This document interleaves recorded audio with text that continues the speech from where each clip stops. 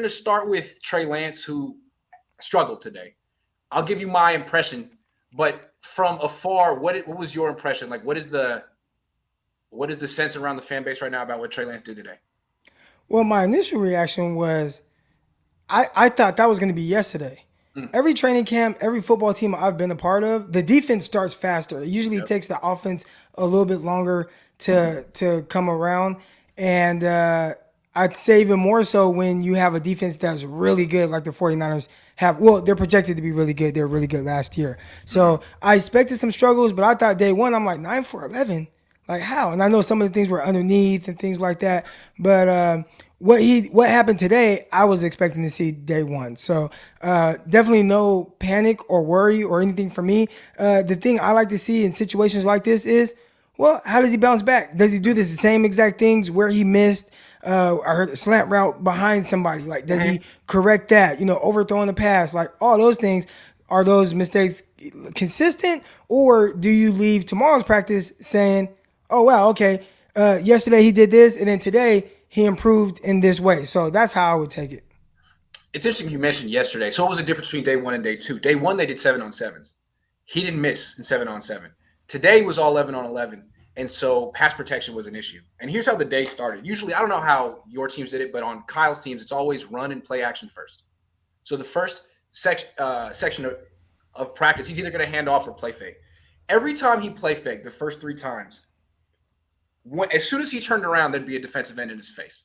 And you know how it is in practice, like that's a sack, but the play doesn't stop. Like the defensive end gets his credit, but the quarterback keeps going and tries to throw a play Throw a down. random pass that he Yeah. would have never really thrown. Yeah. Right, but everything's all, like messed up. Everything is off script at that point, and that was pretty much his day. He got sacked 5 times. He scrambled twice. He was never really able to get into a rhythm. Those are the excuses. Also, no Debo. And without Debo, this offense is pretty weak. But I did see something that he needs to fix. And I think maybe it's just early. But to me, I think he has an issue throwing left. Throwing left is hard. I don't know if you saw this with quarterbacks that you played with, but Colin kind of struggled with this too. A lot of his picks came left. I think the Seahawks figured that out about him. You just don't see it as well. You really have to open up. It's very natural to throw to your right as a right-handed guy. But throwing to the left, you're almost blind unless you really open up. And the pick came to his left today. He threw blind to his left, got intercepted by Jimmy Ward, who was just robbing the slant. Anyway. Well, yeah, no, that's a great point. And you talked about opening up enough. One thing I remember watching this clip of Tom Brady, and he was talking about being accurate and throwing the football. And he always talked about pointing that shoulder to kind of where he's throwing the ball to. So you definitely want your shoulder closed, but getting it in that direction. So if I want to throw over here, I'm going to get my shoulder aimed in that direction and then follow through that way. And going to your left, it is a little bit harder because now I got to open up all the way to get that shoulder there and then make the throw. So, again, that's one thing where do they say something about it in their meetings? Hey, they're probably talking about it right now, right? Like, hey, look what you did here. Just, open that foot up or open that step up, etc. And then you just look to see, does he correct it? And that's the thing that I would be looking at most. Yeah, it's funny to me. Like throwing left is a difficult thing for quarterbacks, underrated. But some guys do it really well. Ironically, you know who throws really well to his left? Jimmy G? Yeah, because Jimmy's like a second baseman. He's got his hips already opened up. He has nothing on his throws. Second baseman's throw left. It's that little flip throw. Jimmy has no problem throwing to his left. It's just he doesn't have anything on his throws down the field. He's very opposite from Trey Lance. Trey Lance is a lot like Colin Kaepernick, who was very successful.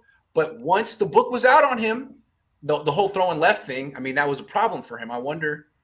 Well, the book isn't out on Trey Lance yet. We're starting to learn. But at some point it will be, right? Like at some point there will be things that is like, okay, well, he doesn't do this well or he doesn't do that well. Like that's the one thing that teams are going to try to identify as quickly as possible. And you expect struggles from a young quarterback. I would say it's more so on Kyle to figure out a counter to that, right? So if I know, hey, my guy, throwing left, from certain angles, it's a little tough. But, we do remember, say, preseason, there were a few throws that I thought he made very well to the left. Absolutely. But both of them, he was out on the move. So maybe if I do want to go left or I do want to roll left, my counter to him kind of struggling just from the pocket to throw left is maybe if I get him out on the move, he can flip those hips and then make those throws. Because I That's saw a him do great it observation. 3 or 4 times in the preseason. Once to Richie James on a little bootleg in the Chargers game.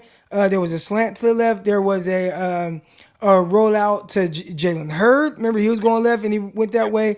There was the throw against the Houston Texans where it probably should have went to Kittle right now, but he kind of moved backwards. He was kind of falling back and opened up and threw the ball. So, continuing to kind of figure out ways to work around some of his limitations until he makes it his strength.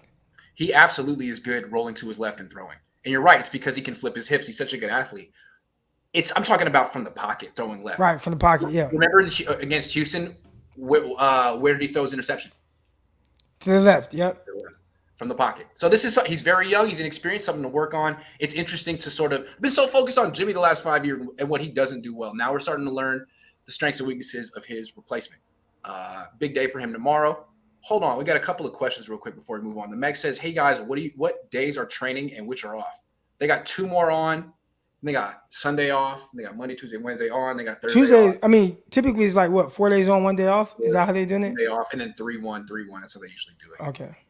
Josh, they changed it, man. Like when I first started covering the league, it would be 2 days, no pads, and then pads the rest of the way. Now it's like 5 days, no pads. Kids these days. Hey, thanks for becoming a member. He says, Richard Sherman just said the secondary could be one of the best in the league this year based on what you've seen so far. Could that be true? Yes. Hufanga looks much better than last year. Mosley looks much better than last year. We're going to talk about him. Ward is good. Both Wards are good. I just don't know who the nickel is. And the Niners don't really test the nickel because they're such a 2 wide receiver team. But we'll see.